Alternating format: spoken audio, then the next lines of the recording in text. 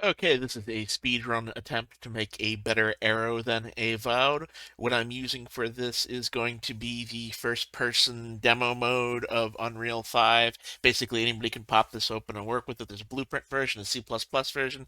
For this, we're going to be using the C++ version to begin with. What do we need to make a better arrow than Avowed? Well, one, we know that the projectile has to fire out of a bow.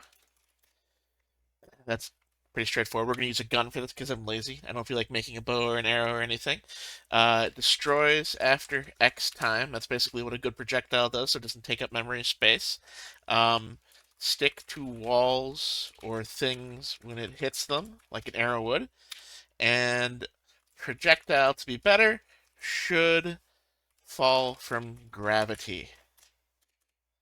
So it shouldn't go on up into the air forever. I want to show how easy this is to do. So for this, what I am going to be using is the default engine here. As you can see, I've got the code and everything up for it for C++. I'm hoping this is showing everything. It looks like it might be cutting some of my code off on the screen. Not entirely sure on that, but we'll see.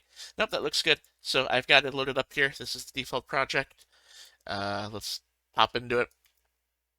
Grab a gun, you can see, I can left click, shoot, it bounces. That's really loud. I'm going to have to lower that, but it does that. So what we'll do is be changing that to act like an arrow, essentially.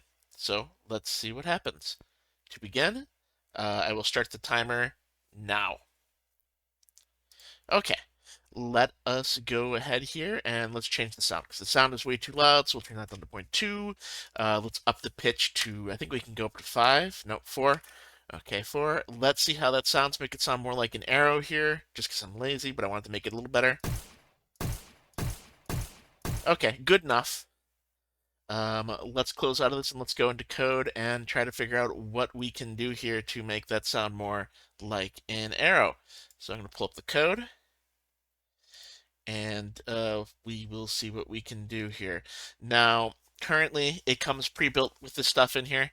It lasts about 3 seconds. Oh, I really should show this off before I do that. But basically, it has a gravity fall. You saw that it was falling, it was bouncing around, etc. But it only lasts 3 seconds because the lifespan is set to this. Let's make it last 10 seconds into the air. I think that's significant enough to make an arrow fly up and fall back down. So we're going to make the lifespan go from 3 to 10 seconds. So that's a little bit longer for an arrow. Um, we already have an on-hit component here, which is what tells it what to do when it hits something. It has a command for when it's looking for certain objects that it'll hit that. It'll knock the object around and then destroy itself. We'll leave that as is. I don't think we really need to destroy itself because I want it to stick around. But I probably should get it to turn itself off so it doesn't continue to collide after that. So in the event it hits one of these things, let's do... Oh, collision component. Set collision enabled. What is it here? No collision. Type no collision. There we go. Okay. So we now have it so that when it hits something, it should no longer collide. It's going to stick around, but it's not going to stick to anything at this point. It's just not going to collide anymore after that. I need to get it to stick. So how am I going to do that? Well, we don't want the projectile to move around after it hits something. So let's go to projectile movement. And what do you know? There's velocity. I don't think we want velocity though. Let's take a look at what we got here. Move. Stop movement immediately. There we go. That'll stop it. Projectile movement deactivate because we want to make sure that we really, really stop it here. So it's not going to move anymore. It's not going to have the projectile movement at the top up here working anymore. That's good to go. I don't think we need them bounce either because we don't really want it to bounce. But, maybe if we have it hit a certain wall or if we have it hit the floor, we want it to bounce slightly, so we'll just leave that there. I'm not going to do different types of collisions for this. That'd be a little bit more advanced. That is something you certainly can do. But for a quick speed run here, let's just leave this as is. We want to set the lifespan to 10.0f, which is floats. For that's going to be 10 seconds that it'll last after it connects. So once it hits something, it'll connect and it'll stay connected. We want it to attach itself to the object, though. So we want to do attach to component, and we want it to attach to the other component, which should be the actor that's hitting in this. And do I have attachment rules? I do not think I have them, so I should have to make some kind of attachment rules here so it knows what it's doing. F attachment transform rules. Attachment transform rules. Now, do I have it set to anything for this? Let's see here. Probably want to keep world position. Position. I might have to Google this. Transform rules. I thought it was an enum. Huh. All right, let me see. E attachment rule. Okay. Do I have anything here? Yeah, here we go. Keep relative. Keep world. I think I want world for this, so true. So that should keep its position. This might not work for hitting the ground with an arrow projectile, so I might have to change that a little bit for how it would work, but this is a quick speed run here, so I'm going to take attachment transform rules, add that to that. So what this will do here is stop projectile from moving. Attach projectile to what it hits. And set the timer to 10 before destroy. Now, this is only going to work with those blue boxes because it's got some additional rules. You have like the other pointers in null here in simulating physics. If it's not simulating physics, it's not going to work. So actually, instead of having it simulate physics, because we want this to work the same anyway, I'm going to get rid of that here and just have this apply to everything. Other comp is null pointers. That's a check. That looks good. Let's see here. Do I need anything else? Because I think this should do it.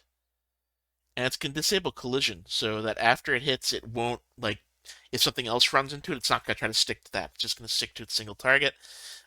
Stop from checking collision after hit. Okay. I think that should be everything we need. Let's go ahead and do a debug build here and see.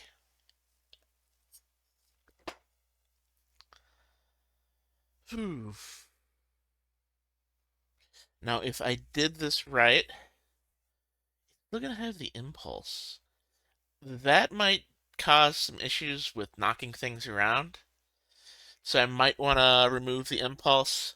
It probably will work fine with the boxes and have them fly a little bit, but I don't know if I wanted to try to do that with things that don't have it, but I don't think it'll matter too much here. We will see. Let's open this up. We have that here. So let's go ahead and give it a shot and see what happens. So let's shoot. Come here. Grab this. Fire. Fire. Would you look at that? Would you look at that? Fire one up into the air, fire another into the air, fire another into the air, fire another into the air. Down they come, hits me. Ow, got stuck with an arrow. Boom, boom, as you can see. That's very, very basic. And here's the error I was talking about. That's happening because in code, if you look at code here, let me go ahead and pull it up on my screen so I can actually see what's going on here too, because I don't have that up on my screen. That is this impulse. If I did the check for physical there, I could probably have a separate function underneath that would do the same. Not too big of an issue for what I'm doing here. I don't really care that much. I have other things to do today. And this is just something I want to do out there because it was annoying me, and I know how easy this stuff is to do. And let's go the extra mile here. I am going to go to blueprints. Let's find our projectile. Let's make it look a little bit more than arrow because we can do that easy here, and it'll look a little bit more presentable. Go to this guy here. So I realized again I wasn't showing it off because I'm really bad at this, so let me just go ahead and do it again. As you can see, we have decent arrows now. Stick. You're getting that yellow at the bottom there. Let me just close the output logs. That bug is looking for impulse. But fire it up into the air. And down come the arrows. Would you look at that? Look at how easy that is to do. 5 minutes of work.